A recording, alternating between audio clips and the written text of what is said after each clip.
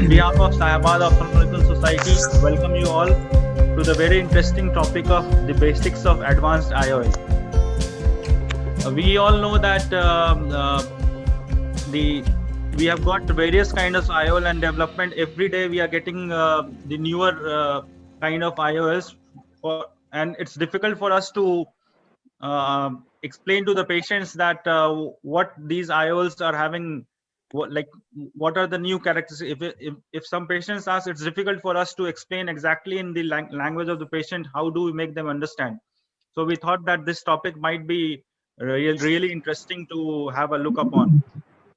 So we requested none other than Nilesh, the very talented innovator, to have enlighten us on this topic. So I request the senior most member of the society, Dr. S.K. Rungta sir, to welcome all the guest panelists and the members. Rungta sir, please. हम लोग क्या senior most हैं doctor PC Sinha, but anyhow, I'm sorry for that. I meant the senior member of the society. Dear viewers and dear members of Bihar Ophthalmological Society and Sahabad Ophthalmological Society, welcome everyone to this 34th CME, I think, of Sahabad Ophthalmological Society. Actually, मुझे लगता है कि 20 to 30% of ऑप्थोलॉजिस्ट के विचार में premium IOL का मतलब होता है कि महंगा आईओएल। थोड़े दिन पहले हम भी यही सोचते थे। येलो लेंस हमें से बहुत से लोग शायद इसलिए यूज करते हैं कि लीडिंग आई सर्जन्स इसे यूज करते हैं। ज्यादातर हम लोग फॉलो करते हैं जो हाई वॉल्यूम आई सर्जन्स होते हैं, उनको हम लोग ब्लाइंडली फॉलो करते हैं। इस तरह का लेंस वो यूज करते हैं, वो भी हम लोग भी सोचते हैं कि उसी को फॉलो करें।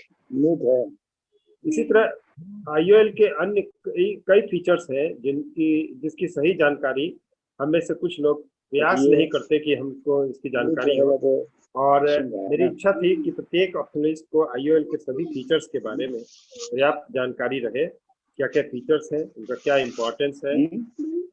मेरे आइडिया को ट्रांसलेट करने के लिए जब मैंने केयर ग्रुप से बात की तो उन्होंने काफी कोऑपरेट किया उसके बारे में बताने के लिए, और पर डॉक्टर नीलेश कुमार ने उसे सही रूप दिया, which is being presented before you today. And after this talk, we will understand that premium IOLs are called premium IOL, not because of its cost, and of course not because of its brand, but because many special features are incorporated. I welcome all the chairpersons, in-house panelists, program coordinators for this event. I take this privilege to welcome our guest panelists, Dr. Milind Kumar, the President BOS, Dr. Vibhuti P. Sinha, Honorary General Secretary BOS, और doctor Satyajit Sinha नहीं join कर पाए हैं। Doctor Ranjana Kumar की unfortunately mother कल expire कर गई हैं, और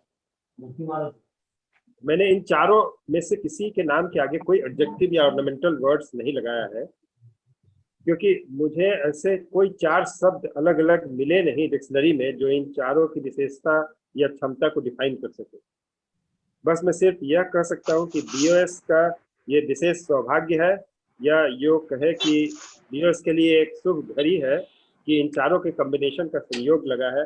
और सचमुच मैं जानता हूं कि इन चारों प्लस नीलेश जी पांचों के कार्यकाल में बीओएस हमारी कल्पना से कहीं ज्यादा ऊंचाई को छू सके।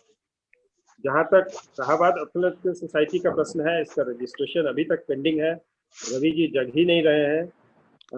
अब शायद सेक्रेटरी बीओएस के कहने से ही शायद एसओएस का सोसाइटी रजिस्ट्रेशन हो पाए, देखते हैं। Thank you. Now over to doctor Anshu. Thank you Rungta sir. May I now request PC Sinha sir to please give the opening remarks. Everybody, all the doctors of Sahabad Ophthalmological Society, we are here to know about the basics of IOL. इससे ज्यादा हम कुछ नहीं कर सकते हैं भाई। Over to room. Thank you sir, thank you sir. लेकिन सबसे ज्यादा हाईटेक है सर, ईयरफोन लगाए हुए हैं। मफलर बांधे हुए हैं तो मफलर बांध के ऊपर से लगाए हुए हैं। नहीं सर, सबसे ज्यादा हाईटेक आप ही हैं। Thank you very much. प्रणाम। इस उम्र में नहीं लगाएंगे तो सुनाई पड़ेगा। Yes. May I now request Dr. Sanjeev Kumar, Professor, Sri Krishna Medical College, Muzaffarpur, to please give the opening remarks so that we can go ahead with the presentation. Very good evening to all of you. Hello.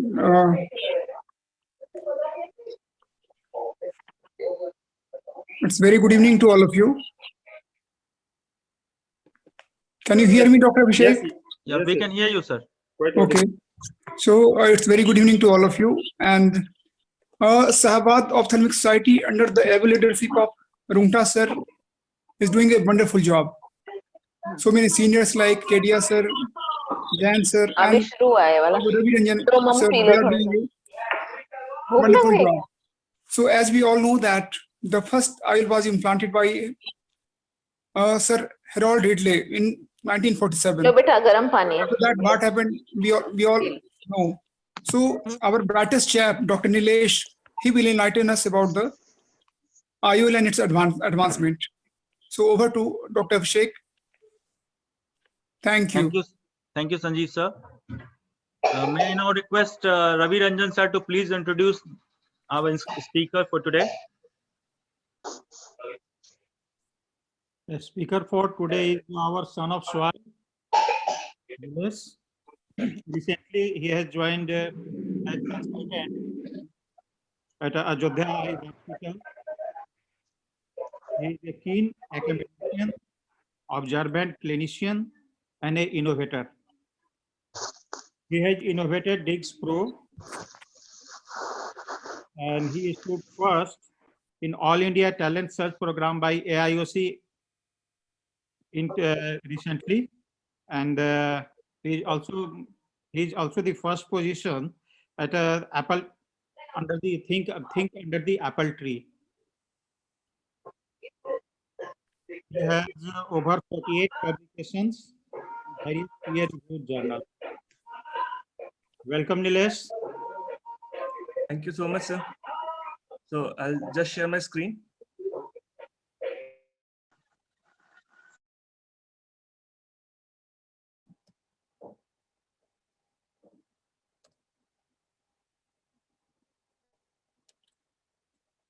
Sir, 1 minute.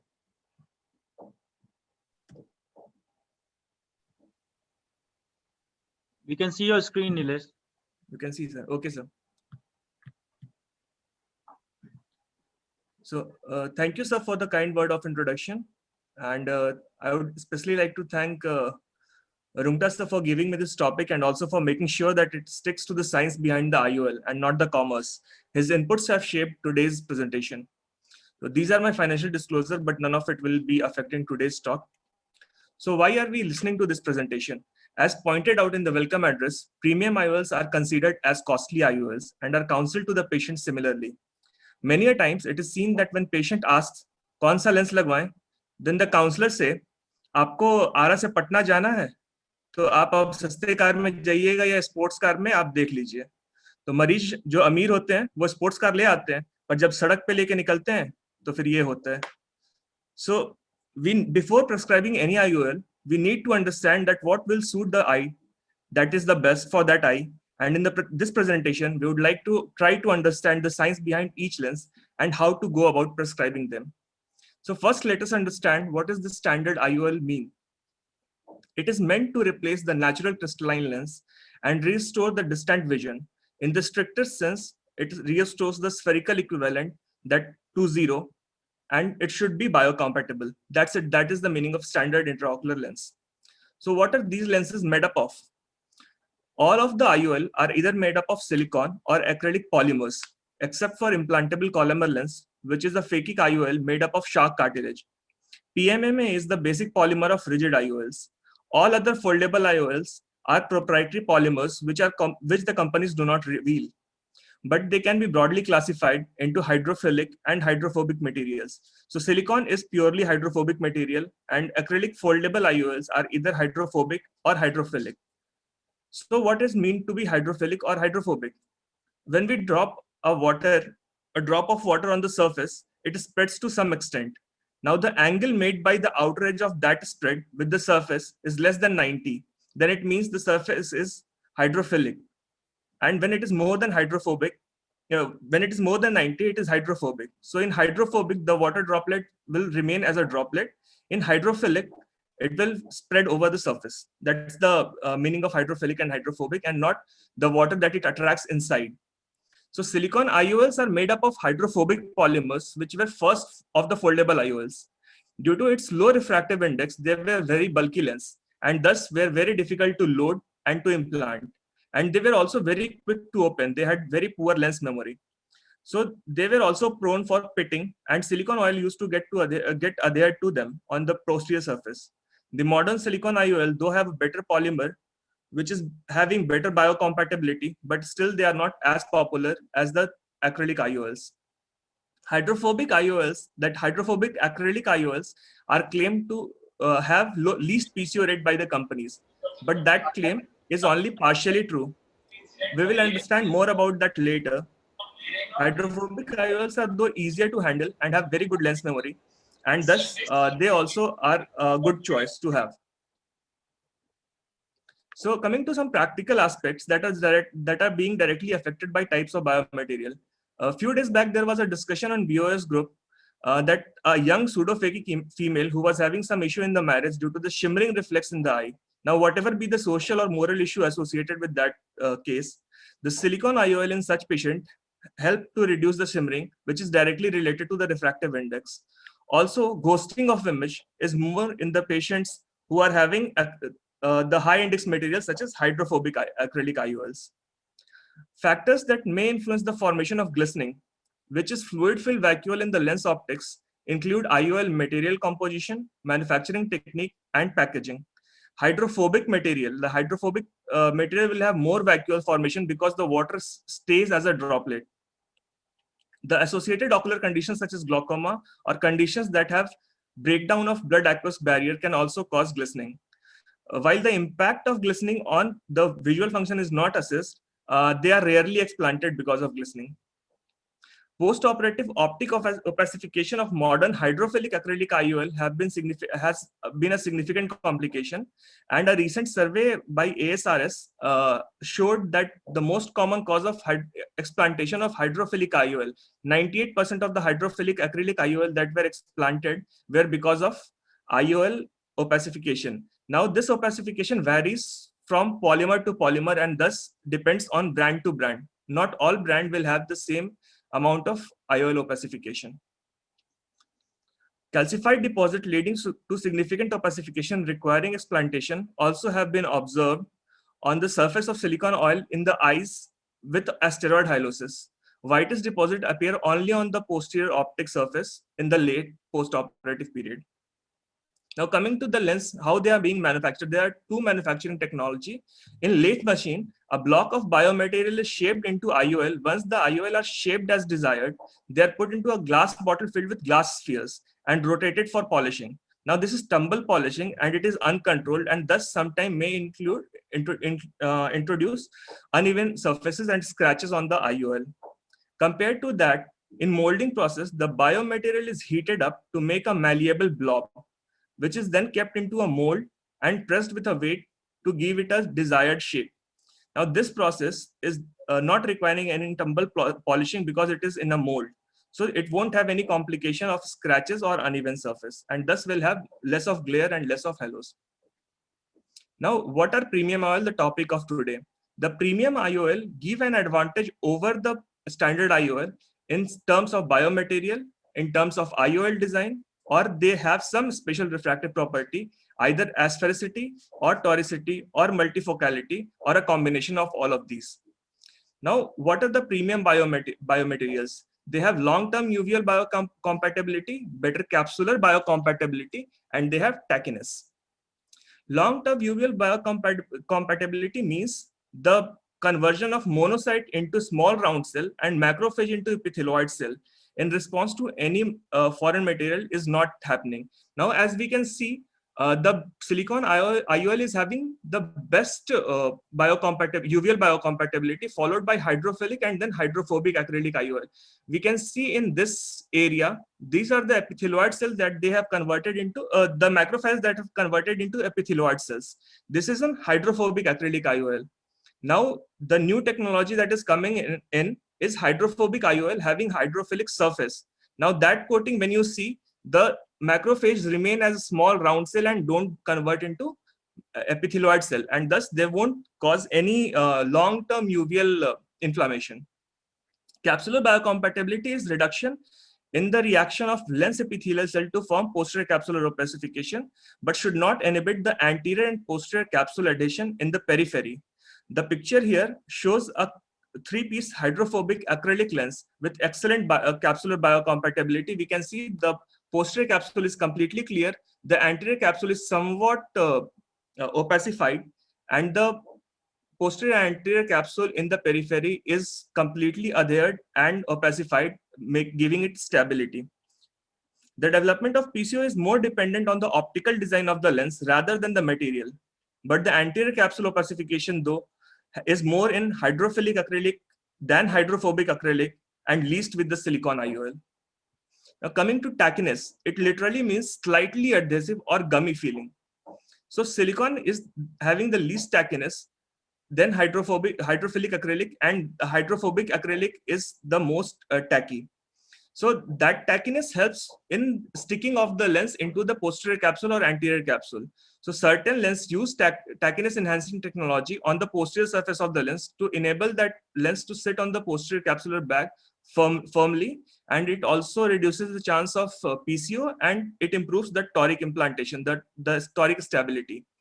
Now, if we have more tackiness on the anterior surface, the lens will unfold in a very long time. So tackiness inhibiting technology is also used on the anterior surface of the lens. That inhibiting technology will help to reduce the unfolding time in the bag to less than 5 seconds. Now, coming to IOL design, yellow tinted optics is the talk of the town. All FDA approved IOLs are actually UV blocking lens, be it clear or yellow tinted optics. The yellow tinted lens, which contain chromophore or UV4 pigments, which are meant to absorb the short wavelength visible blue light, which might be affecting the macula adversely. It is postulated because of the natural deposition of pigments that happen in the lens, natural crystalline lens. Optimum absorption of blue light only in the short wavelength below 430 nanometer though is necessary. If the blue light completely is cut off, as you can see, the circadian rhythm goes off and the patient will have altered circadian rhythm and also decreased scotopic vision. So optimal absorption has to happen. Now, what will the patient feel? This is the normal photograph of a landscape. When seen through a clear optic lens, this will seen as blue. As you can see, this is the normal and this is the clear optic lens. And when the patient sees through yellow lens, you can see it is warmer color. The colors are little warm. This is the only visible effect that will be noted by the patient and not the other effects. Now, coming to angulation of the IOL. Planar haptic when inserted may result in capsular wrinkling, which can act as nidus for the cell and opacification. The angulation of haptic will stretch that posterior capsule so that the nidus won't form. Now, high degree of angulation requires the IOL to be tilted too much, so implantation is little difficult. Newer model are coming with offset haptic, where the haptic is in one plane and optic is in another plane, and they form an angle of 5 degrees on the posterior capsule. So it gives the benefit of implantation of a planar IOL and the benefit of stretching of the posterior capsule as the angulated IOL. Now, most important of all modification is the square edge optic, and it is the most important factor in reduction of PCO in today's world. It works via creating a mechanical barrier, contact inhibition, and high tension on the posterior capsule. The pictograph depicts the proliferative lens epithelial cell that have come and they are stuck at the square edge and not going beyond, and thus PCO won't happen in this case.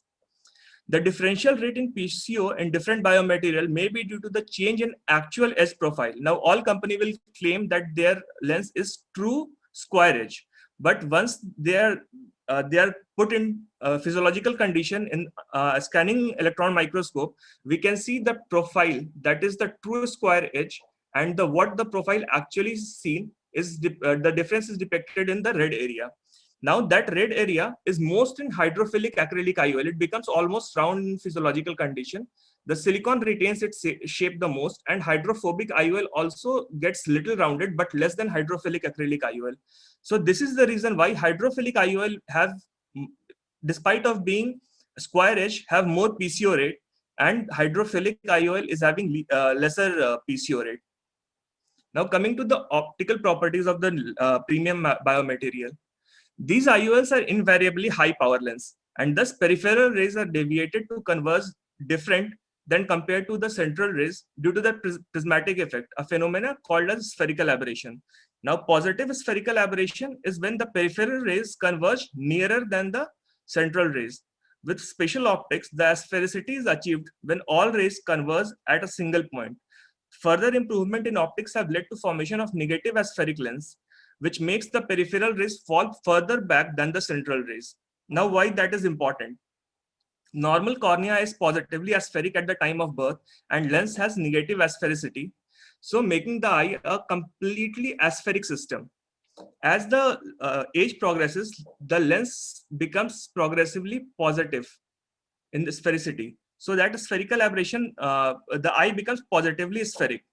Now, when the lens is changed with as IOL, the lens needs to counteract the positive spherical aberration of cornea, and thus we need a lens that is having having negative asphericity, but at least having an aspheric profile, not going for a positive spherical aberration.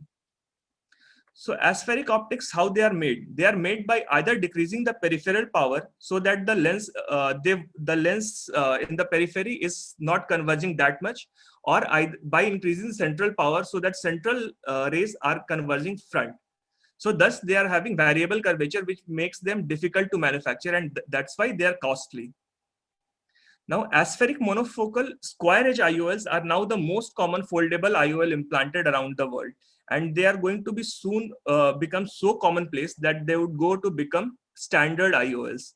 That is because they are giving better contrast sensitivity, better mesopic vision, that is nighttime vision, better nighttime driving, and it is better for young patients. But they are more expensive, and they need actually a corneal topography or aberrometry to decide which of the aspheric profile we need to prescribe to the patient. It requires perfect centration, because if the lens is decentered, then the spherical aberration can increase. They can decrease depth perception, and they when the pupil is small, the asphericity goes off. And because of the introduction of the keratorefractive surgeries, the aberrations are induced in the cornea. So the corneal positive aberration can become negative, can become aspheric. So they are not to be prescribed to any patient who have undergone previous LASIK or any other keratorefractive procedure. Now, toric IOLs are for astigmatism correction. Recommended pre-operative corneal astigmatism of more than one diopter needs to be prescribed a toric IOL, and the positioning of IOL is most important step, because each degree of deviation reduces 3.3% of the power, and more than 10 degree of rotation warrants redialing of the lens. So in this condition, tachiness helps in the stability, and also the capsular biocompatibility that helps in stability. Now, coming to the recent talk of town, multifocal IOLs. Multifocal IOLs are intraocular lens providing two distinct foci, thus acting as a bifocal lens, eliminating the need of near vision glass. They are based on two optical phenomena, the refractive IOL that are having different zones of refractive powers. So the one zone will make the rays converge for near focal point, one for intermediate, or one for distant focal point. In multifocal, it will having only near and distant focal point. In trifocal, they will have 3 points. Now, pupil needs to be of the proper size for the light to fall in proper zone while viewing far and near object in the refractive IOLs, making it highly pupil dependent. The other pattern is diffractive phenomena, which is deviation of light when they hit a sharp edge. The sharp edge is of the step-like pattern of the diffractive IOL. Now, light waves, when deviated, interact with each other, forming interference pattern. So white color what we are seeing here is the positive interference. That means both light are interacting and giving white light. But the negative, the black light is negative interference. That means the light waves are cancelling each other out. Now, as the diffractive IOL are having multiple steps, they form a complex interplay of these interference, and they lead to orders of diffraction. Now, zero order of diffraction is when the light is passing directly. As we can see, it is passing directly, so it is giving vision for far. And first order diffraction helps to finalize the near vision, because that is the first order of diffraction. Above first order diffraction is second order, third order, or fourth order. They will result in positive dysphotopsia, and negative interference, that was the black rings that we saw, will reduce the contrast sensitivity. Now, what are positive dysphotopsia? Are glare, halos, and starburst. These happen due to diffraction and thus are rarely seen with refractive multifocals. And all of the recent advances in diffraction pattern are aimed to reduce these phenomena, because they are actually preventing many of the patients to be prescribed multifocal. Now, while talking about positive dysphotopsia, we also need to understand the negative dysphotopsia, which is complained by the patient as temporal arc of black shadow. These are probably produced by the deviation of peripheral rays, something like jack-in-the-box phenomena that we used to see in the aphakic glass. With development of peripheral capsular adhesion and opacification, they block the peripheral rays from entering the eye, and thus the phenomena is reduced. The phenomena goes off after 6 or 8 months of the post-operative period. YAG capsulotomy thus should not be performed beyond 5 mm zone to prevent secondary negative dysphotopsia. Now, coming to physics of addition, how the diffraction gives power. The steps of diffraction ring will decide the amount of addition the IOL provides. Shorter steps provide higher addition, and wider steps provide smaller addition. Diffractive lenses are less dependent on pupil size. The higher step size, like the height of the step, decides how much energy is going to be given, either far or near, how much energy is going to be distributed. With a constant step height throughout the lens, the same energy will be distributed even when the patient is seeing far or near.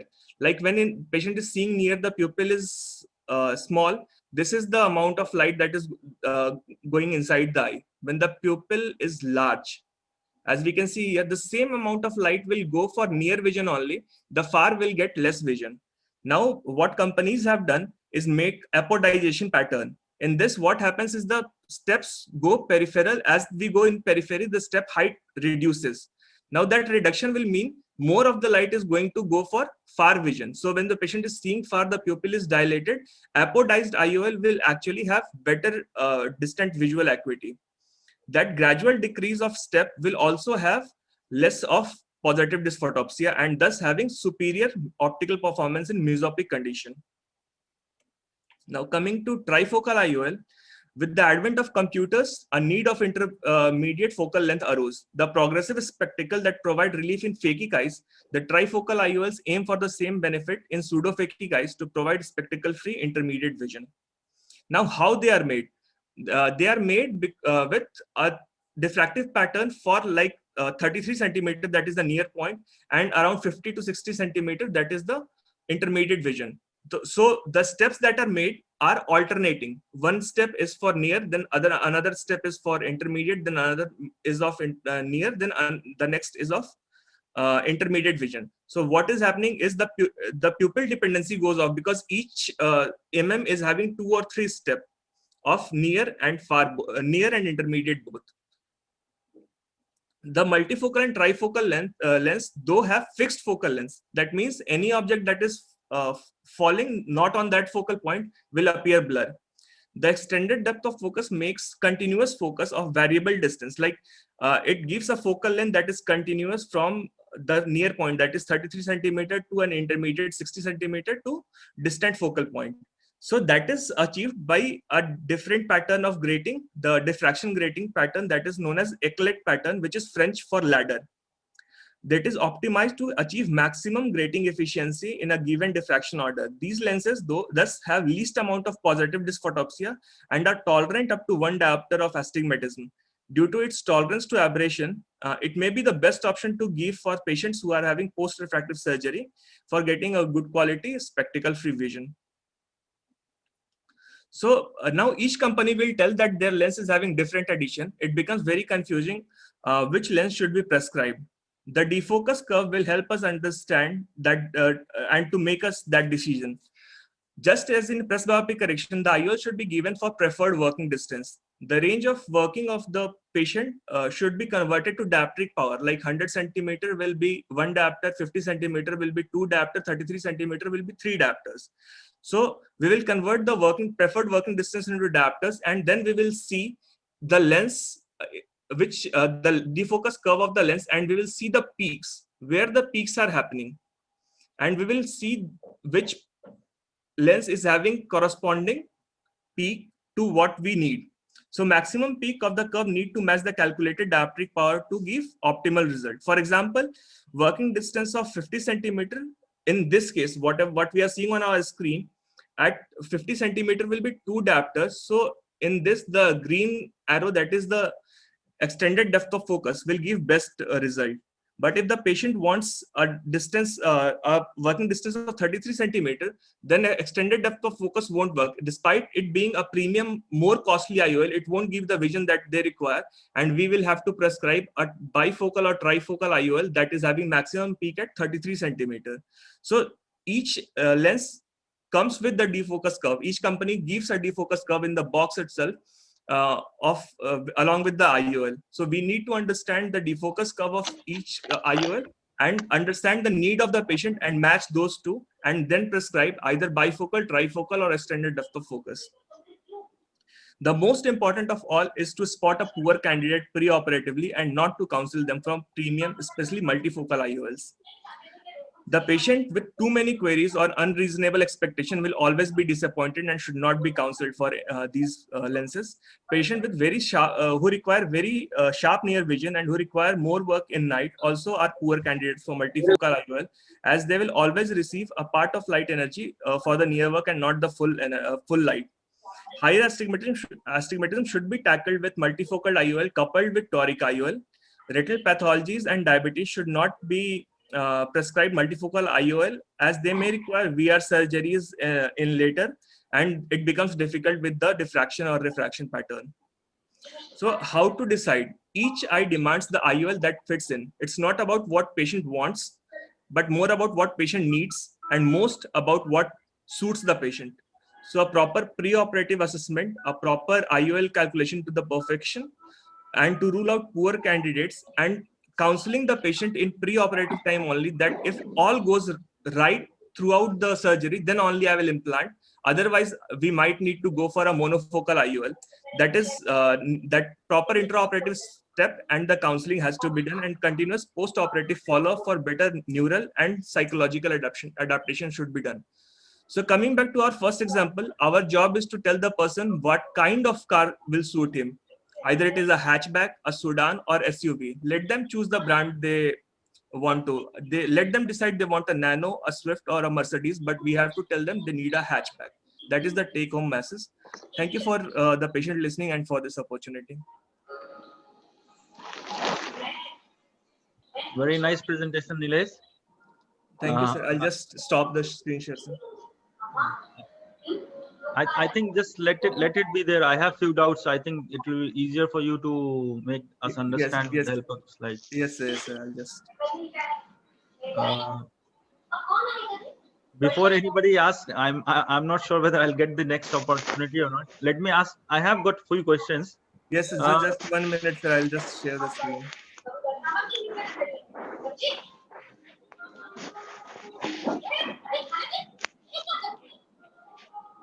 What?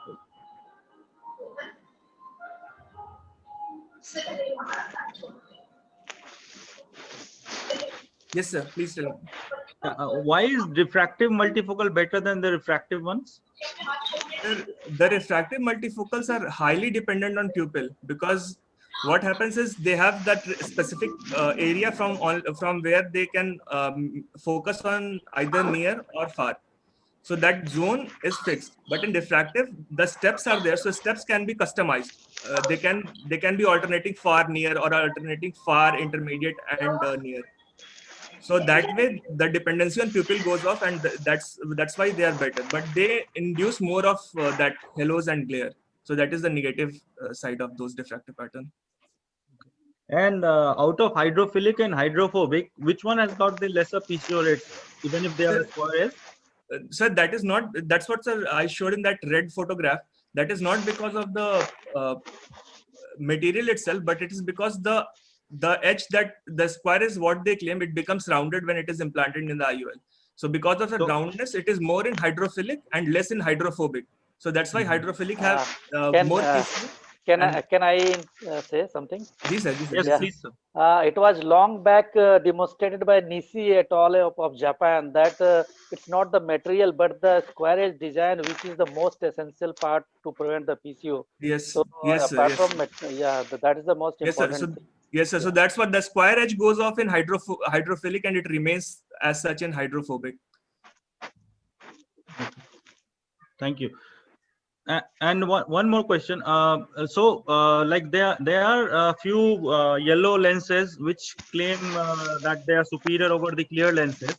Yes, so do they block all the blue rays, or do they provide selective blocking of the blue rays? Sir, what is optimal blocking is less than 430 nanometers. So all the lenses that are claiming to block all of the blue light, they should not be prescribed because they then interfere with the circadian rhythm and also will give low nighttime vision, because blue light is required for nighttime vision. So optimal, like less than 430, the partial blue blue light blocking, that only should be prescribed.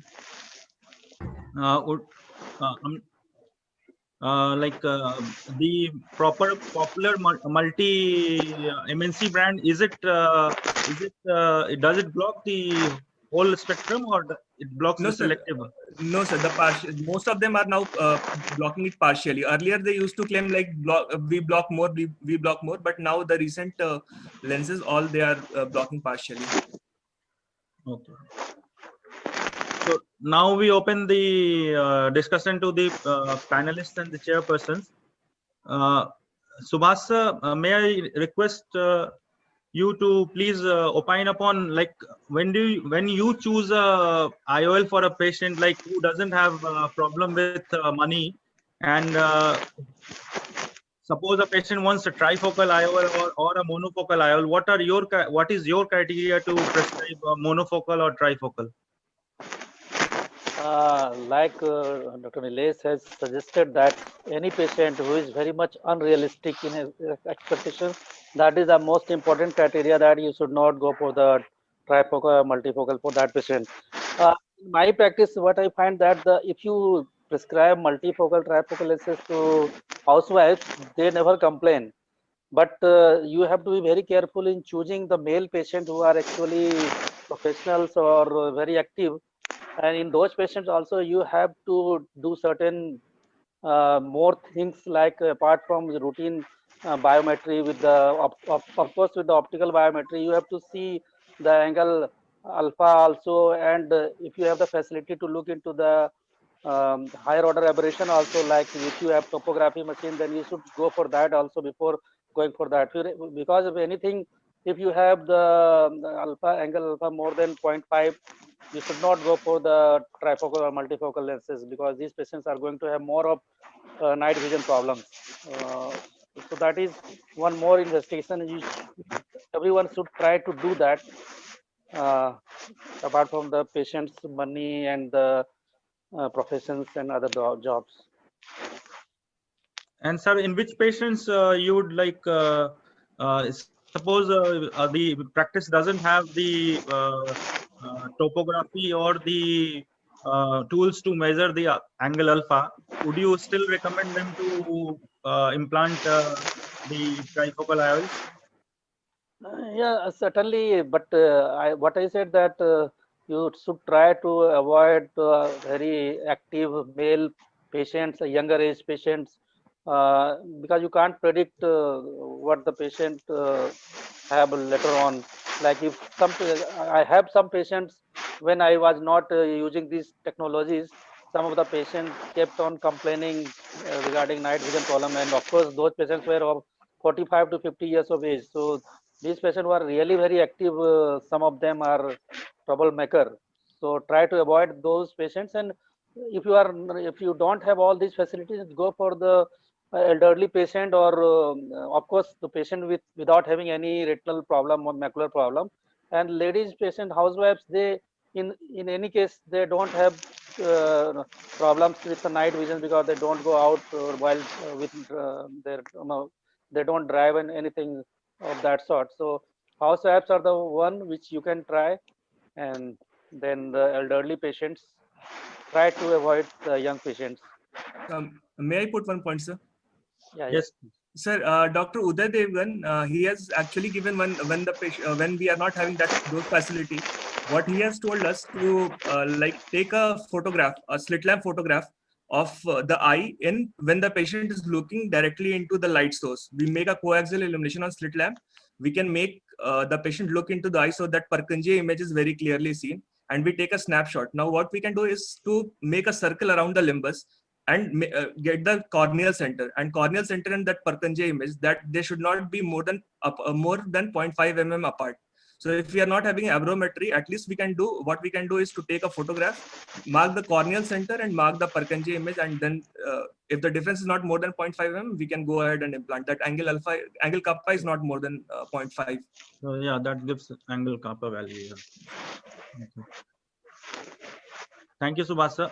Vibhuti sir, what do you prefer? Do you prefer clear lens or a yellow tinted lens?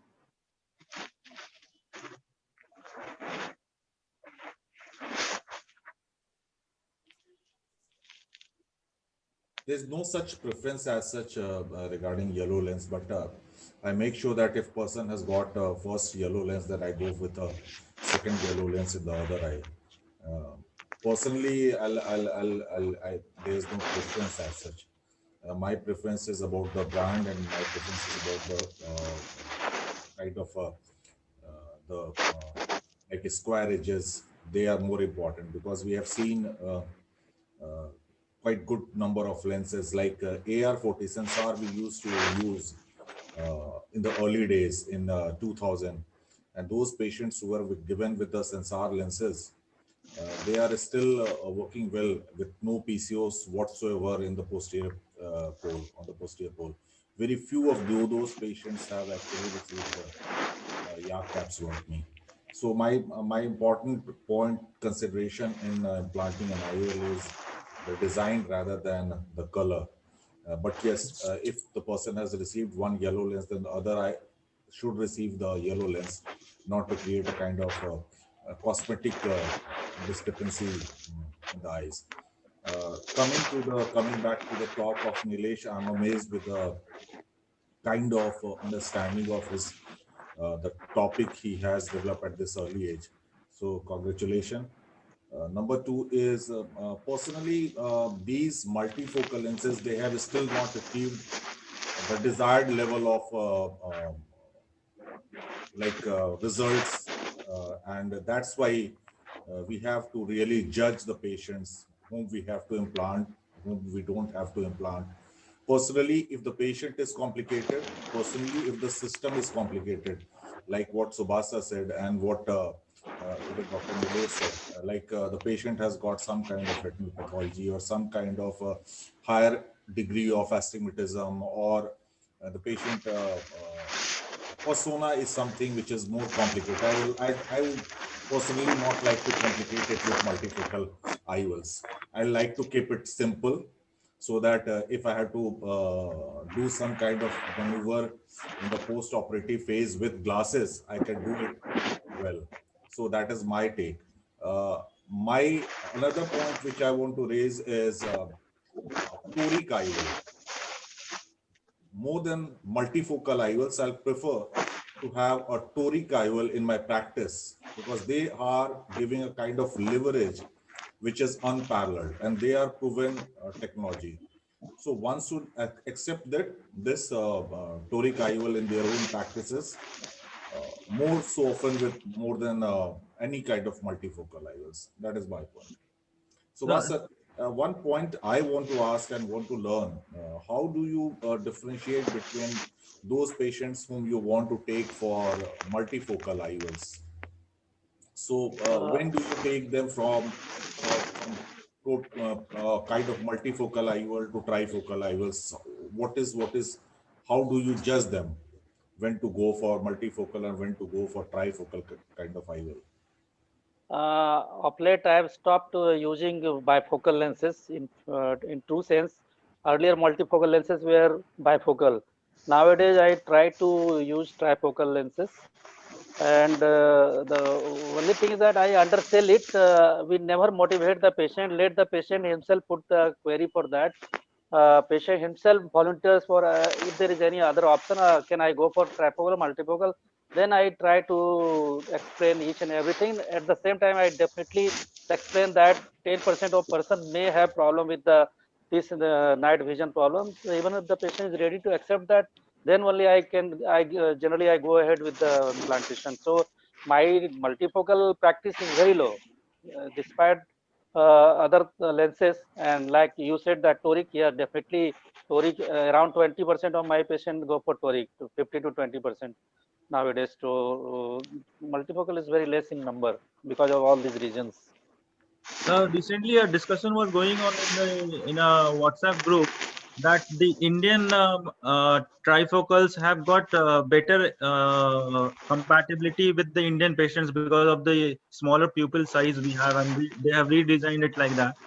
Do you think, like, what is your experience? Do you think the Indian trifocals are better than the MNC trifocals? Asking me? Yeah, yes, sir. Yeah, actually, I haven't implanted Indian trifocal. I had definitely used bifocal, Indian bifocal, but trifocal I am using only two brands without any financial interest, Alcon and Zeiss, and all these two lenses are doing fairly well in our patients. So most of the patients are very happy. Distance 6.6 and near also. I'm so surprised that even my monofocal patient, many times they don't get 6x6 vision unaided, and these patients are getting. So truly they are very much satisfied. Master, one off the book question. I've seen many surgeons implanting Indian multifocal IOL in place of monofocal IOL just to give some kind of added advantage to their patient.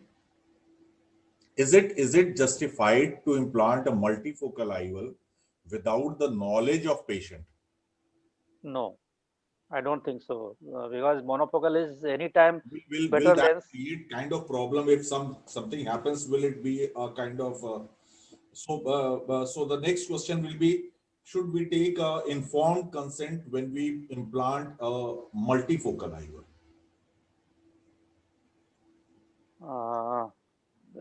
Till now we are not doing that. I know that our consent is universal, so we are not taking any kind of a special consent for multifocality. But since it's a different choice, should it be there? Just a thought which came to my mind, because I've seen many patients turning up with Indian multifocal IOLs while they have been given while they were operated even for monofocal only. This is the answer. When IOL had started in India, people were putting IOL without knowledge of patients. ये भी उस समय practice होती थी कि है ना, लोग बताते नहीं थे, अपने प्रैक्टिस करने के लिए जस्ट ये IOL लगा दिए. उसी तरह से अभी हो रहा है कि मल्टीफोकल लोग लगा दे रहे हैं. कंसेंट तो आइडियली लेना चाहिए, लेकिन उसमें कोई ऐसा इशू नहीं है. मल्टीफोकलिटी जब हम लोग प्लान कर रहे हैं तो नेचुरल कोर्स में we are giving some kind of advantage. Even if the patient can read N9 or N18 or N12 with a good kind of distance visor, so that adds on your result.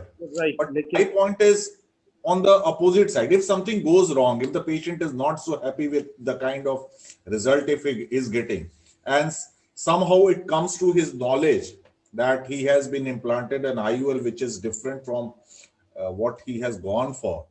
This is not ethical, but लेकिन है ना लोग surgeon जब अपने result के बारे में sure नहीं है तो they are using sometimes in the early stage. No, why are they putting? Why the surgeons would be putting multifocal lenses? Even Indian multifocal lenses are costing more than the monofocal lenses. So in what situation they must the patient must have asked for some? I take it in that way because multifocal lens is always costlier than the monofocal. Even Indian monofocal are much cheaper than.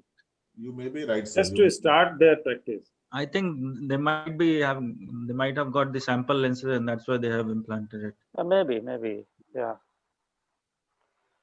अगर sir first वाले part को छोड़ भी देते हैं तो क्या हम लोग को मल्टीफोकलिटी के लिए should we go for any kind of special consenting that patient has? Patient से जितना लिखवाएंगे उतना complication consent में IUL का कोई ये नहीं रहता था. अब देखा जाता है for each and everything you have to take consent for gonioscopy also because you are putting something in. तो आप कितना चीज कर लीजिएगा तो उसमें उतना ही प्रॉब्लम भी होगा ना जितना कंसेंट लीजिएगा. But only one thing is that you should properly explain beforehand. Yes. And you can write down on the paper sheet or your OPD card that has been explained properly. That would be, I think, sufficient because even with monofocal lenses, sometimes they have night vision problems. Some of the patients or glare. I had one or two very VIP patient. Vibhuti also knows that. मतलब the patient was literally after me and कि बहुत glare बहुत चमकता है ये करता है वो करता है and gradually with time it went everything went and then he was finally settled and finally happy after 1 year. So monofocal भी कई बार they were finally happy after you operated the second eye. Actually they came for counseling to me and after being counseled well they returned back to get operated for the second eye. That's unfortunate on my part. That's fortunate on Subha's part. Credit goes to you. Sir, so that is the importance of having an institution like RIO. Yeah. So whenever you need some shield, some protection, you have to have a person like Vibhuti and RIO AIMS, something like that. And a colleague like Dr. Vibhuti. Yeah. Welcome, Sabjit ji. Thank you. We waited for you. We waited for you before starting the session. One question, one question, just want to ask all of you.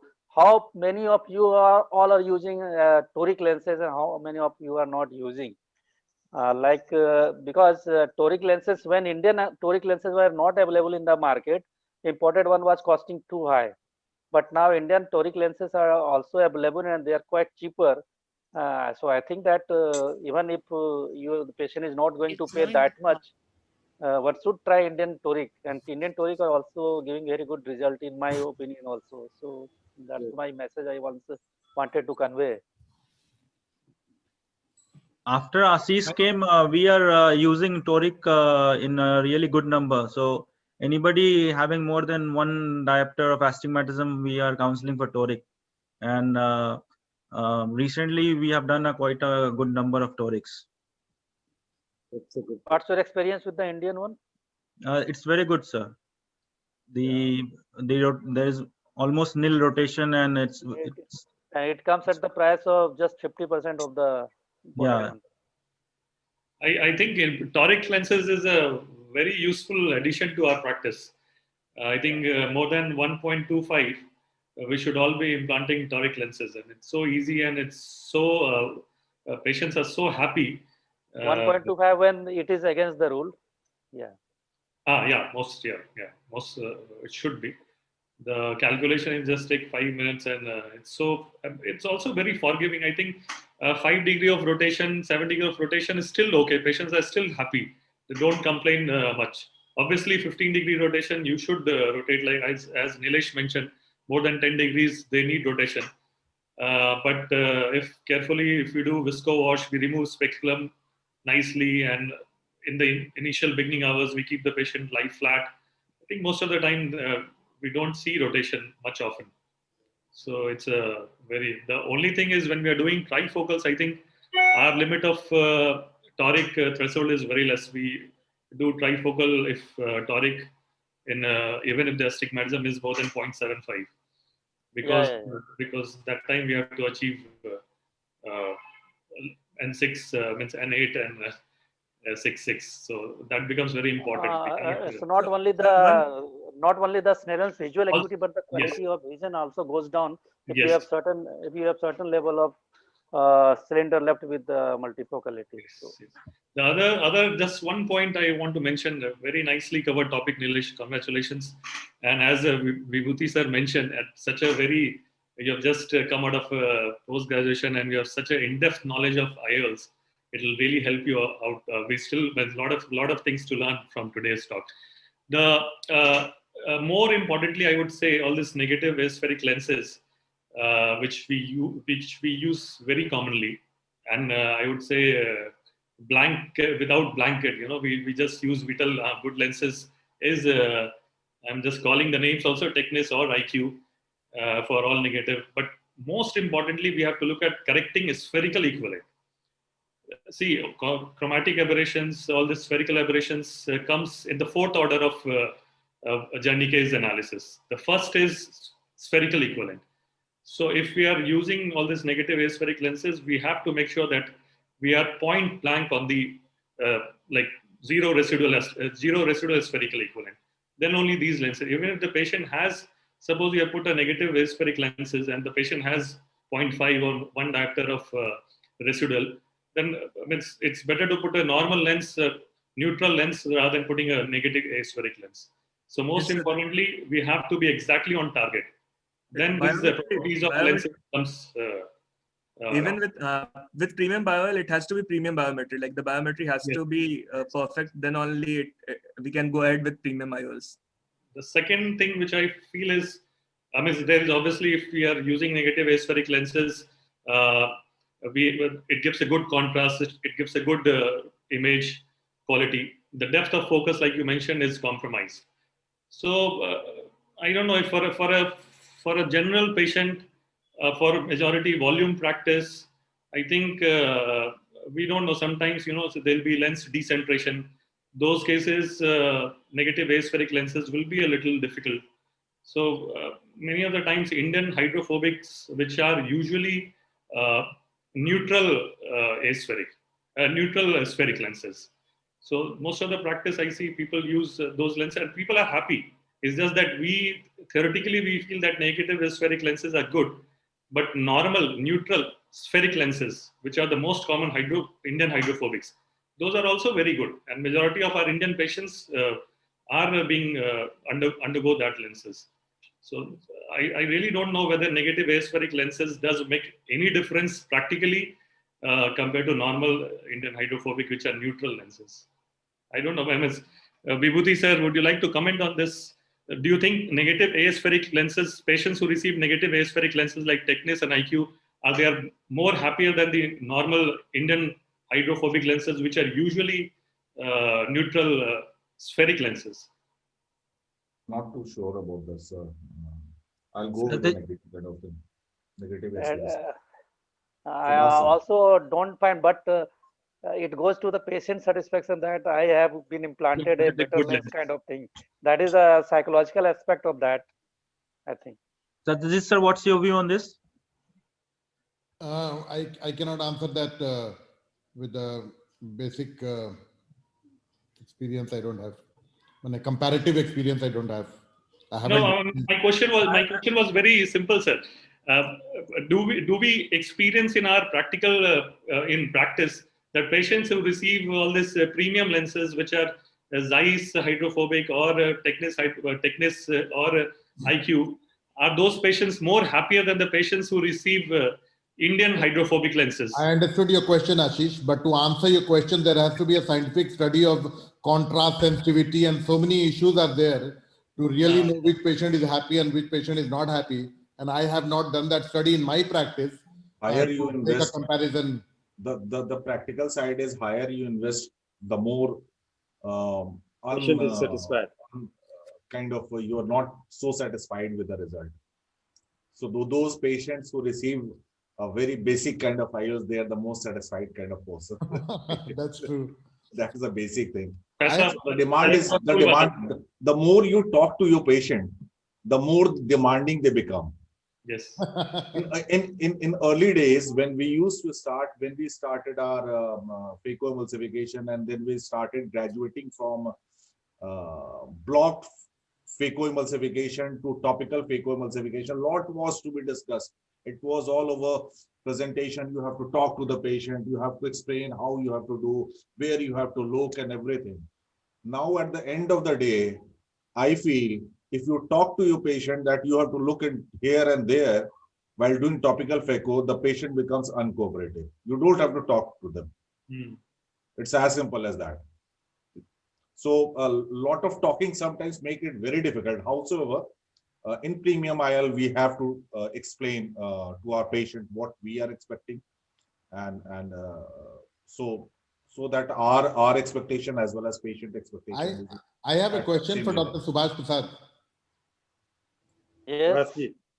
Yes. So my question is, the video that I had put, you said you do not go behind the IUL to do PC polishing.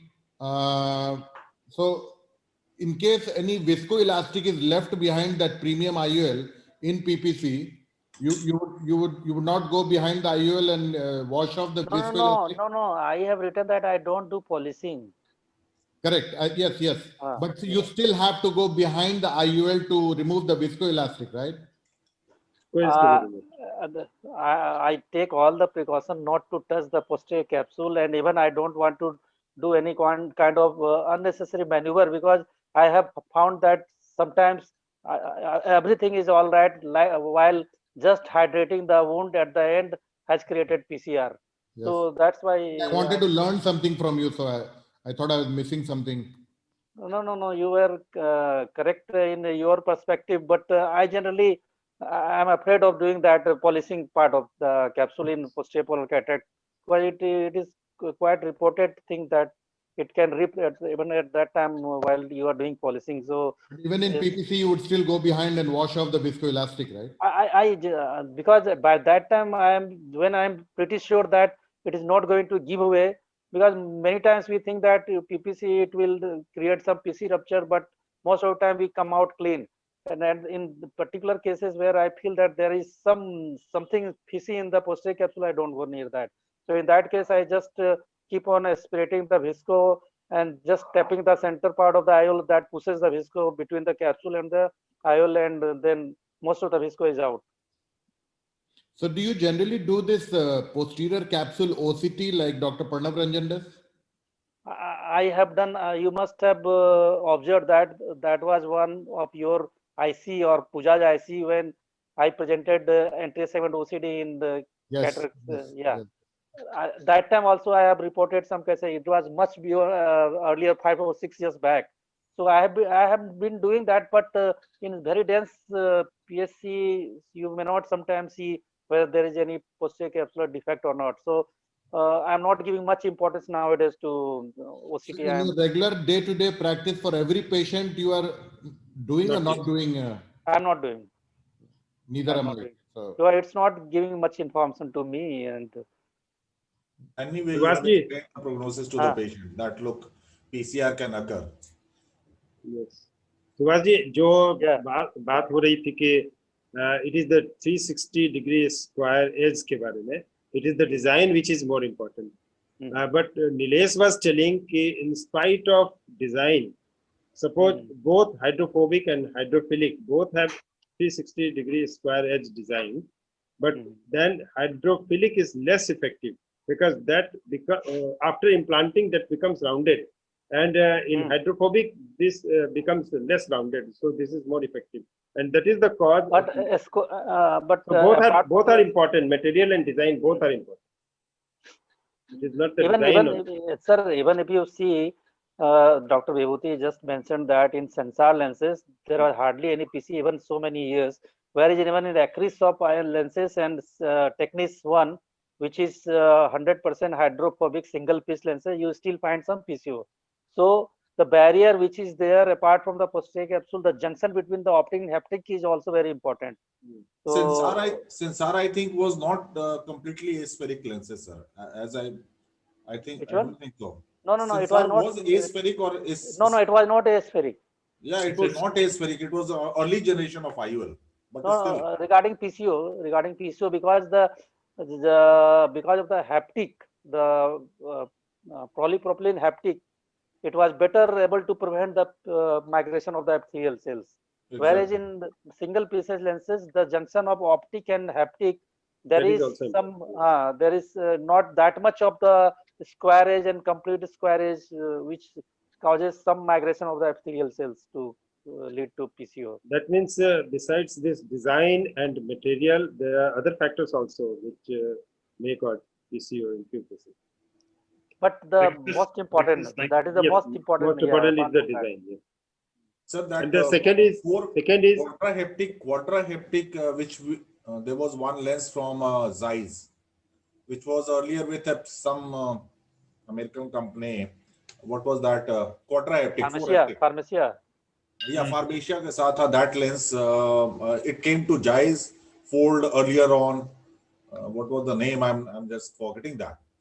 That was good quality of lens, but somehow the migration of epithelial cell was too much, and by the end of 6 months or 8 months, the patient started developing posterior capsular opacification. In those, despite that, it was going to hold. Although it was 4 haptics were there, it was holding the posterior capsule very nicely, but still there was migration. And by second year, in the first year, I did nearly 250 or 300 cases, But and by that second was year, I was that was hydrophilic lenses, I think. yeah, that was hydrophilic. Zeiss में तो बहुत हुआ था hydrophilic lens जो. And by second year, we started doing left and right in all patients, so it was very difficult situation. Tripod kind of haptic. Yeah, there were 4 haptics, so that lens was quadrahaptic. Yeah, quadrahaptic.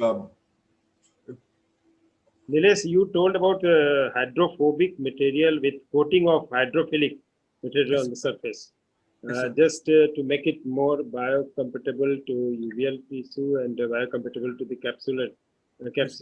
Yes, so is there any study with, because silicone is more biocompatible with uvea? Yes, sir. So is there any study of hydrophobic material with silicone coating? Silicone coating they are not doing, sir, because again then it will be prone for pitting, and then silicone oil, the post-segment pathology, if they implant silicone oil, then it can become that silicone oil can stick to the silicone surface. So that is from Zeiss. I think that is only one company that is manufacturing that hydrophobic with a coating. That is only Zeiss proprietary. Very common process. Hybrid lens. Yes, Nilesh, if I am not wrong, I think they are making hydrophilic lens, hydrophilic lens with hydrophobic coating. 9:15. No, hydrophobic with hydrophilic coating. No, I think it's the other way around. It's hydrophilic lens with hydrophobic coating. The paper the paper that I mentioned, it was having ulta. It was having hydrophobic with a hydrophilic coating.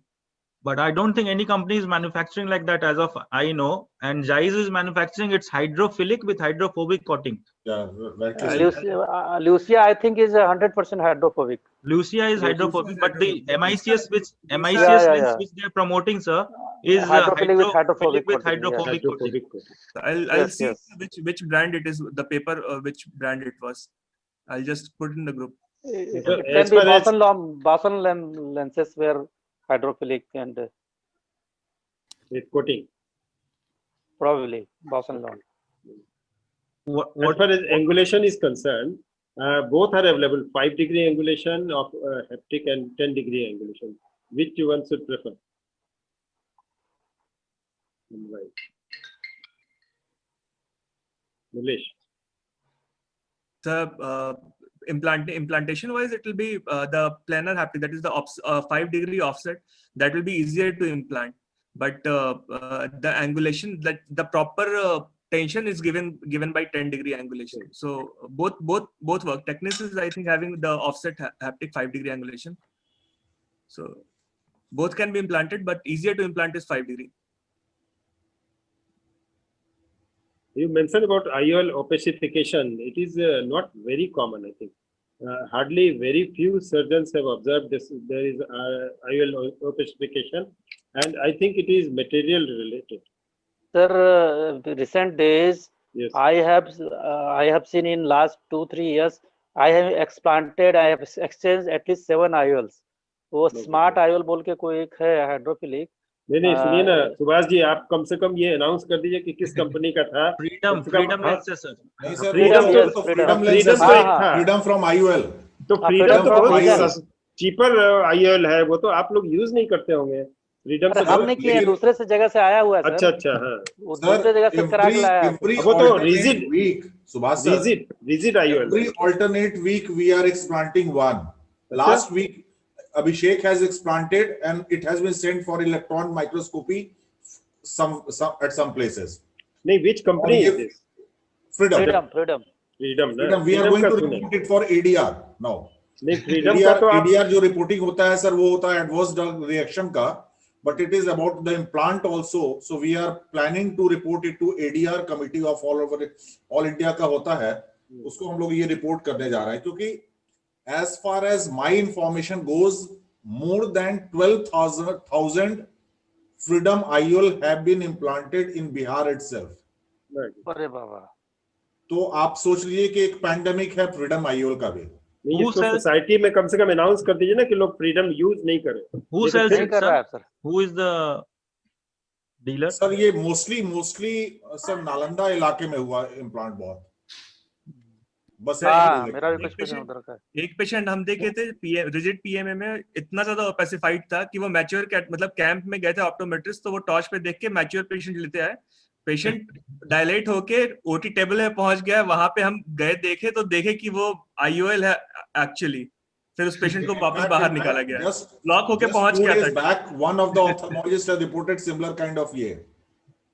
Sir एक question है, I have one question to you panel. ये generally young patient 35-40 years के आसपास, which IOL to put 35-40 के आसपास unilateral cataract, वो they do not want to wear glasses, क्या उसमें कौन सा लेंस डालना चाहिए?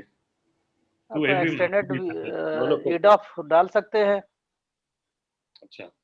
I think the catch point is you said that patients are not willing to wear glasses. So EDOF will be a better option than a bifocality kind of thing. Yeah. But sir, EDOF में भी मतलब halos glare तो है ही. वो तो है ही. अब ऐसे तो कोई भी परफेक्ट लेंस तो दे नहीं सकते हम. 1-2 महीने के लिए pros and cons के साथ में. अच्छा. नहीं 35 है, ऐसे भी in 40 years he is going to use the near correction also. So if we ask the patient to go for the monofocal तो कोई प्रॉब्लम नहीं है, क्योंकि considering the some of the adverse effect or the dysphotopsia, if patient is ready to go for the monofocal, मुझे तो कोई of course थोड़ा सा ओवर करेक्ट कर दे हम लोग अगर 0.5 डायप्टर 0.75 डायप्टर, तो माइक्रो मोनोविजन टाइप का तो थोड़ा सा भाई. अगर depth perception is not required, then we can go for micro monovision. That will be better option than going for multifocality. और sir around 15 years of age अगर कैटरैक्ट होता है, recently we have a patient 15 years of age है, bilateral cataract, wants parents are very doesn't want their child to wear glasses. They can wear, he can wear, but they are considering if there is any option. I will send this patient to you people. हम तो भाई monofocal ही लगाएंगे. बच्चा I have no experience of young patient to young surgeon. Won't they adapt this to very easily? The problem is that this small guy is diabetic also. Oh, monofocal, no choice. Sir, Subhash sir. हाँ. बच्चों का adaptation इस ट्राइफोकैलिटी के साथ, EDOF के साथ, will it not be faster than adult adaptation? Maybe. There are some people who are against using multifocal trifocal lens in pediatric or younger generation children. कुछ लोग है कि children में इसलिए कहते हैं कि भाई सब विजन मिलेगा तो उसका एम्ब्लायोपिया भी, ये तो खैर 15 साल हो गए, लेकिन यंगर में कि एम्ब्लायोपिया का चांसेस कम रहेगा. बट वही कि कुछ ना कुछ जो आंख में जो चेंजेस आते रहते हैं regarding growth of the eyeball. So how will you change in astigmatism, sir? या एस्टिग्मेटिज्म. तो कहाँ जस्टिफाइड है? हमको तो बड़ा ताजुब लगता है कि कितना दिन, कुछ सप्ताह के लिए आप भले आप उसको है कि जीरो कर देंगे, लेकिन फिर उसके बाद तो I think we are still we can not match God's creation. तो जो जितना कर सकते हैं हम लोग। नहीं, ग्लास फ्री पर हर केस में हर एज में जोर नहीं देना है, उसमें ज्यादा एक तो काउंसलिंग ज्यादा होगा, दूसरा बात है कि वो ultimately you will get a bad name कि ग्लास फ्री बोले तो। अच्छा, ग्लिसनिंग से तो बहुत ज्यादा तो कोई प्रॉब्लम है नहीं, मतलब एक तो आईक्यू में है, दूसरा सर ग्लिसनिंग ऐसा चीज है कि सर्जन को खराब लगता है, पेशेंट को तो ऐसा कुछ फर्क नहीं पड़ता है। हाँ, बहुत रेयर कोई पेशेंट बोला है ये। पता चलता है पेशेंट को कुछ नहीं पता। रिफ्लेक्स ज्यादा आता है सर। रिफ्लेक्स आता है, ग्लिसनिंग छोड़ दीजिए, लोगों ने पेटिंग कर दिया सेंटर में और पेशेंट को फर्क नहीं पड़ा। हम लोग उसको के साथ में पेशेंट को कोई फर्क नहीं पड़ता है कई बार। और एक सेलिंग पॉइंट है कुछ कंपनीज का, और ये है वैसे। और ज्यादा एक्सप्लेन करने से और पेशेंट प्रॉब्लम करेगा। हाँ हाँ। Dr. Subhash, you have experience with iHands? iHands, I have used only in 8-9 patients, not more than that. Only in that number. Why did you pull yourself back from iHands? I still find that it never gives very good near correction. जो कि बहुत सारे लोग हैं, most of the patients they want कि I should be free of spectacle most of the time. In that sense, trifocal is much better option for that. In my view, iHands से कितना जिसको भी लगाया, primarily iHands is a monofocal with the intermediate vision. Extended depth of focus. I have not found any patient who is very happy with the in my patients, my practice, जो कि पूरा happy हो कि iHands के बाद नहीं, अब बहुत अच्छा है, बहुत खुश है। Trifocal में तो बहुत almost 90% patients are very happy. Trifocal. So let me ask one last question to Subhash sir. आपका इंटरव्यू ही कर रहे हैं। Why last? सुभाष सर का ही वाइवा हो रहा है यहाँ पे। After all lakhs of operation, how do you select a basic IOL? What are your criteria if a new IOL comes into market? How do you what are the qualities which you want to see in that IOL before implanting, or what are the qualities which you want to judge when you have implanted that IOL in the patient to continue that into your practice? That's a very good question. Like a single piece, hydrophobic, square edge, aspheric, थोड़ा yellow का font है हम, तो वो ये सब चीजें होनी चाहिए। एंड एब्सोल्युटली न्यू कंपनी तो नहीं होना है।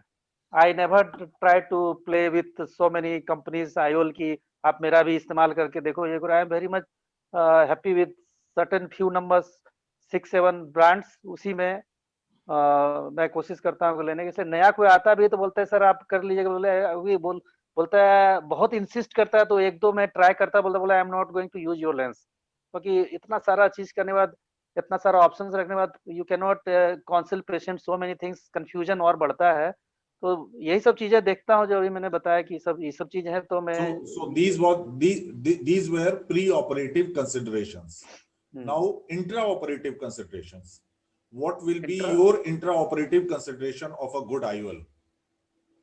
Intraoperative packing loading system, how easily it can be loaded without any problem, or while implanting does it get stuck in the cartridge and the injector. So these few things, and how easily it opens, how smoothly, and how rigid it is in rotating. So some of the important lenses are actually very rigid in if you want to dial, like I just want to take name of Zeiss, though it is very good lens, Lucia, but it is little tough to negotiate if the pupil is small, then sometimes you can have some problems. So वो कुछ चीजें हैं, ease of insertions, packing, if it is preloaded, then how much is, and if it is preloaded, then how much it is stretching the wound. Because I have done a study on 5 imported preloaded lenses like Ultracert, then Zeiss, then the Hoya, then Nidec, and the least stretching of the wound was there with the Nidec one. No, this Ultracert one. The maximum was with the Hoya, because it is having a screw system, so you have to really see that it goes inside the chamber nicely so that it doesn't come out if the patient moves the eye. इस वजह से इसका incision size 2.5 तक गया हुआ है, 2.2 claim करता है बट 2.5 तक गया हुआ है. इसमें मेरा एवरेज 2.29 तक गया हुआ था अल्ट्रासर्ट, और उसके बाद आया था नाइडेक, देन द जाइस का है कि 2.4 के लगभग में जब सबसे ज्यादा ये, तो वो भी देखना है कि वुंड स्टेज किसमें ज्यादा होता है, तो वो भी एक मेरा देखने का. स्टडी किए हुए आपको 10 साल हो गया, अभी जो नया इंजेक्टर सिस्टम सब आया, दे आर मच बेटर. है ना, नया इंजेक्टर क्या प्रीलोडेड का तो वही है, इंजेक्टर कहाँ बात कर रहे हैं, प्रीलोडेड की बात कर रहे हैं. आपको स्टडी किए हुए 7-8 साल हो गया. ना 7-8 साल तो खैर उतना लेंस भी नहीं आया था जो आप बता रहे हैं, और उस समय तो हम इतना छोटा था कि हम कुछ करते भी नहीं थे, हम तो बच्चा थे. लेकिन ये जो हम जो बता रहे हैं प्रीलोडेड जो अल्ट्रासेट का जो आया है उस समय से कर रहे हैं, उसमें सारा प्रीलोडेड ये सब बहुत ज्यादा 4 साल 5 साल हुआ होगा जब आया था. मौर्या में प्रेजेंट किए थे 7-8 साल, याद है? हाँ, मौर्या में पॉस का मीटिंग था, आपको याद है, आप ही तो थे उसमें सब कुछ. इंसिजन साइज कैसे मेजर करते थे? वो एक की दिया था ना बहुत सारा कि 1.8, 1.9, 2, 2.1, 2.2 का एक की दिया था एल्कोन वाले ने, तो उसको ऑटोक्लेव करके रखते थे, मेजर करते थे before insertion and after insertion. Okay sir. And post operative consideration? Post operative consideration outcome viva पूरा नहीं हुआ. हाँ, कि साला वही तो हमको डीएनबी दो क्या है.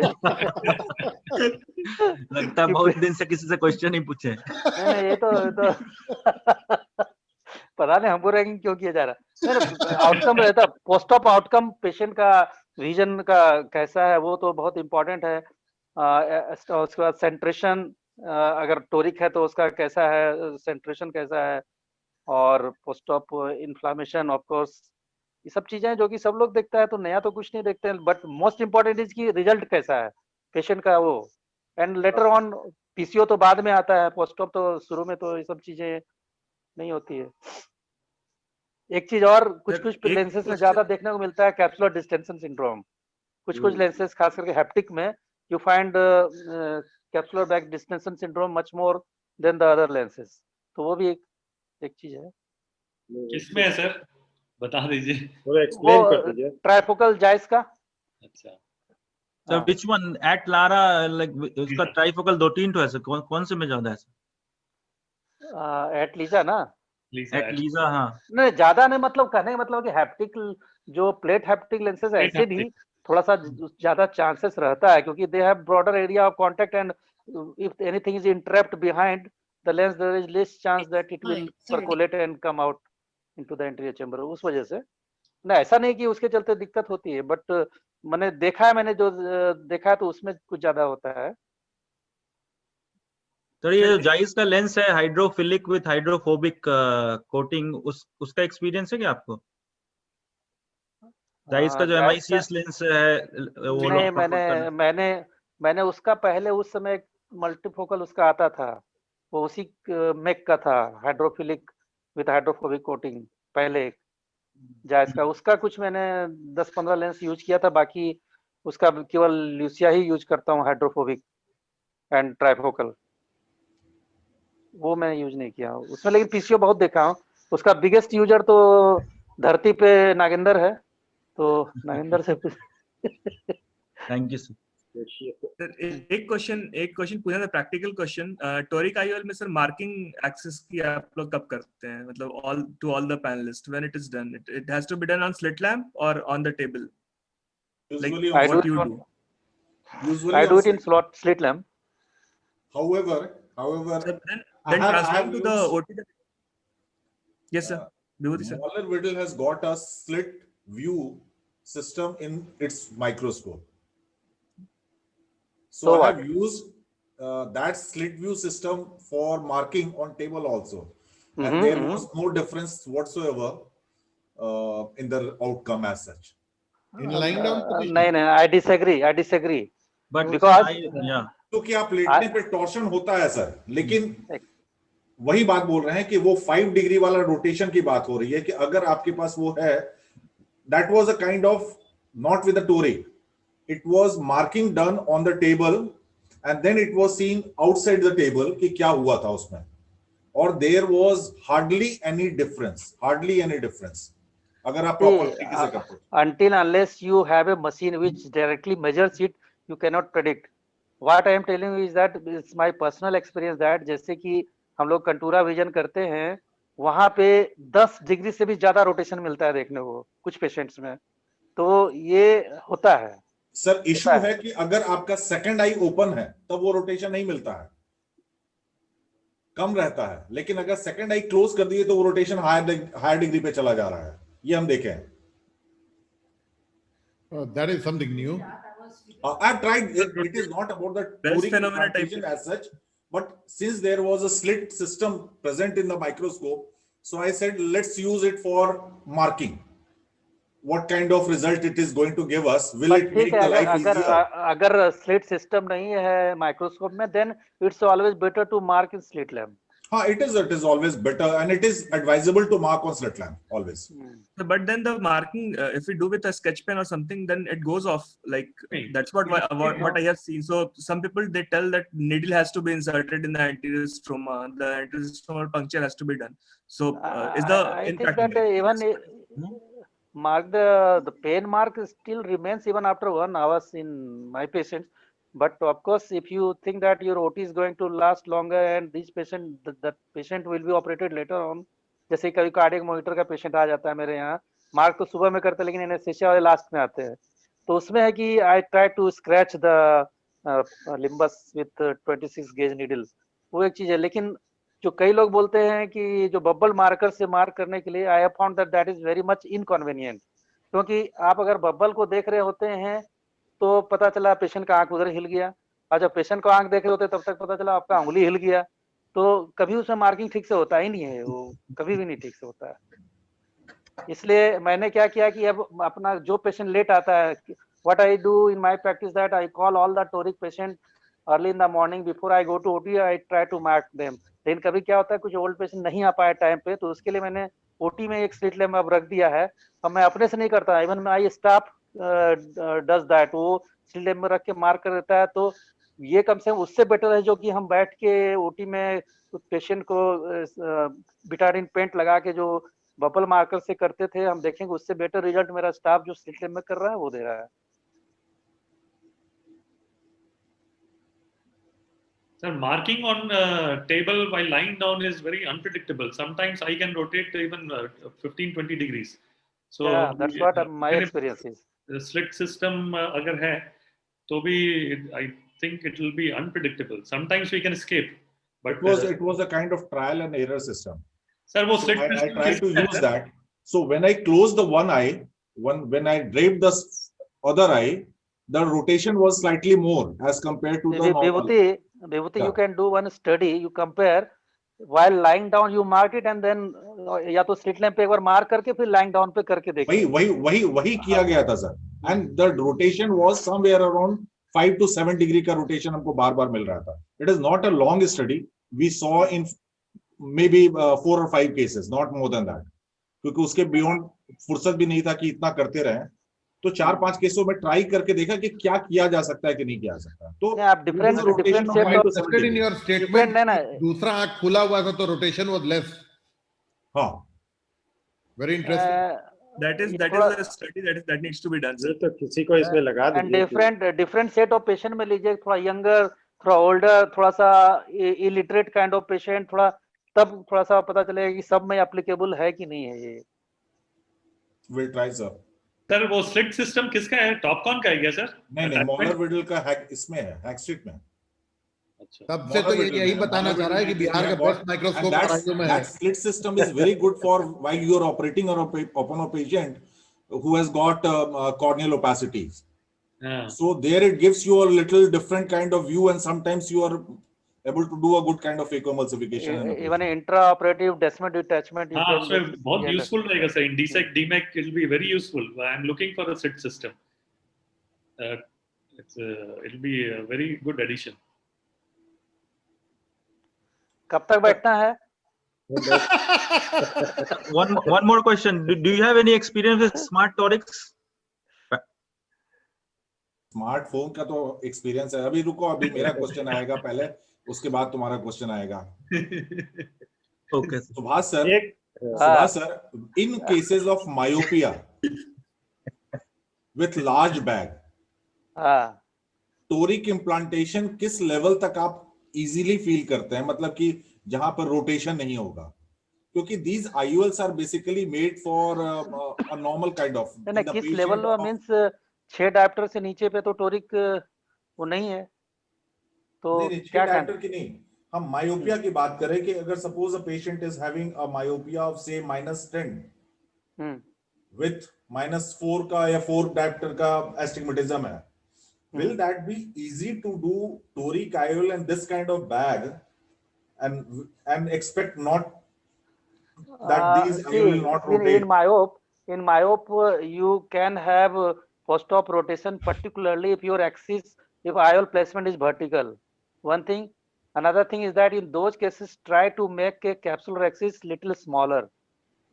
Make it 4.5 and not more than 5.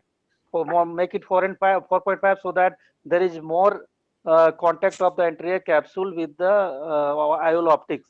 That actually decreases the post-op rotation, and again ask the patient to lie down and don't inflate or overinflate the chamber. So all these things will help.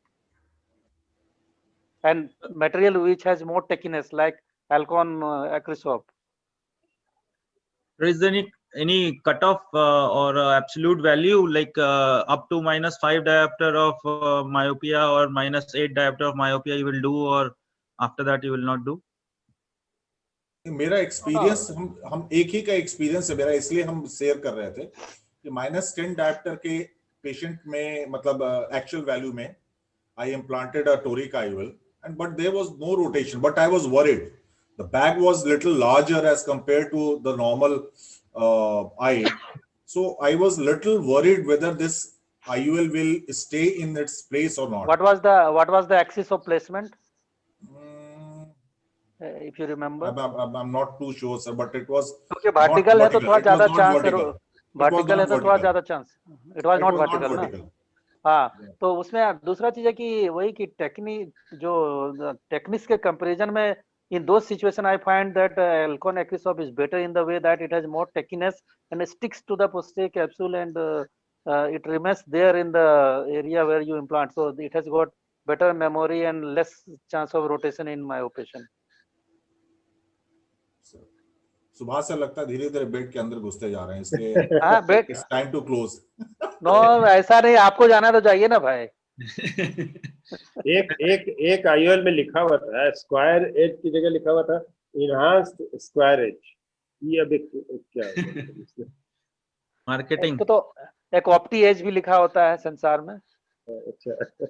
उसमें there is gradual blunting of the anterior edge. उससे क्या फायदा होता है? This is very important to know, क्योंकि if you implant this lens in sulcus, the Acrysop lenses have sharp edges all around, when the anterior edge and the posterior edge, so they are more likely to rub the posterior part of the iris. जबकि जो ये है आपका सेंसार lenses smooth होता है anterior edges due to gradual blunting, तो उसके चलते ऑप्टी एज का मतलब वही है, वो उसको इस तरह डिफाइन किया. So their edges are smooth and more less chances of rubbing the posterior iris, less chances of chafing, and more compatible. Yeah. So thank you very much, Abhishek. Yeah, sir, one more question, last question of the day. आ जाओगे यार, बहुत हो गया. Sir, polishing recently, the like people are saying that polishing of the capsule doesn't mean much. Like, do you believe the same, or do you practice same?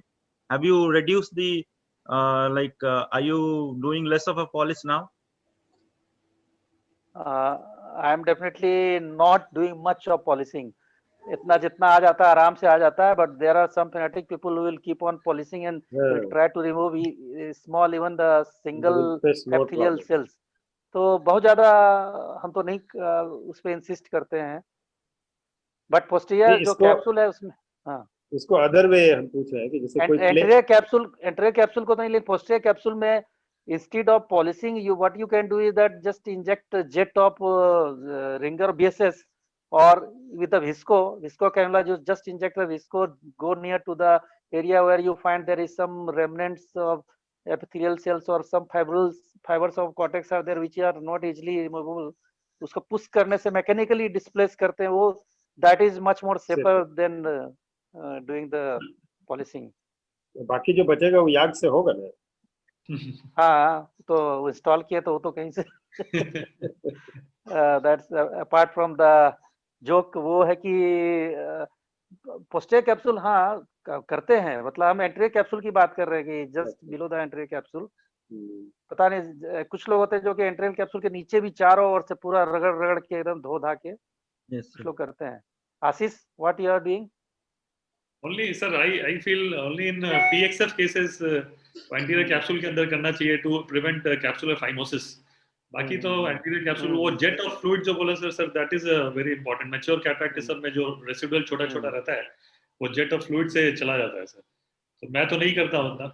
I think my brother Abhishek, he's fanatic about polishing. That's why the question came. He's a polished man. Just one thing about the toric. Normally I use just a pen, that Viscoat pen, but Abhishek, he uses one app for marking of toric lenses, toric patients. I think that's a very good because his toric, I feel it's right on axis. तो दोनों में से result किसका अच्छा है, दोनों भाई में से? I think he is more accurate on axis compared to me, but it takes a little bit of time and patience. मेरे में उतना वो जल्दी करने वाला है. I think he can share that app. I use the Graham as such vitreoretinal surgeon have lot of patience. So I use the Graham Barrett app, which I feel is like I mark it on the slit lamp and then use the app to see whether my axis marking is correct or not. Sometimes it is little off the axis, so I adjust the readings accordingly. The 0-180 degree can be like this sometimes. So with that app, it is horizontal. So in that way, it is very useful, I think. Sometimes patient will be like this. So then you can mark it little bit not off the axis. So that app makes it, make sure that you're on right on 0-180. Roongta sir. Okay. Overall, I think a very good presentation and very informative. And we came to know a lot of things which we all, I'm sure, we are not knowing. So I thank Nilesh a lot, and over to Dr. Akhil Jain sir for vote of thanks. Unmute please. Akhil ji, unmute कीजिए. 9:45. Akhil ji, you are mute. Yes, okay. Yes, sir. Thanks everybody on behalf of Sahabat Ophthalmical Society for making this 34th CME and 7th web meeting successful. The presentation was quite lucid and informative. A special thanks to the presenter, Dr. Nilesh Kumar, a bright young ophthalmologist of Sahabat and a real innovator. A big thank you to all the chairpersons, panelists, and program coordinator, and today's moderator, Dr. Abhishek Kedia, for nicely moderating the whole session. My sincere gratitude to our honorable guest panelists, Dr. Milind Kumar, Dr. Vibhuti Sinha, Dr. Subhas Prasad, Dr. Satyajit Sinha, for their presence and interactive participation. We are really wiser now. I will like to extend a special thanks to Mrs. Ajanta Pharma people, especially Mr. Gaurav Sharma, National Head Ajanta Pharma, Dharmendra ji, and Prabhat ji for making this event flawless and successful. Last but not the least, my heartfelt gratitude to Dr. Rungta sir for his consistent efforts towards our association and for organizing such events uninterruptedly. Thank you. Thank you, everybody. Thank you, sir. Thank you, Gauravji. Thank you. Thank you, everyone. Thank you. Thank you, sir. Thank you. So we conclude the meeting here. Thank you. Okay. Good night. Good night, sir. Good night. Good night, sir. Good night.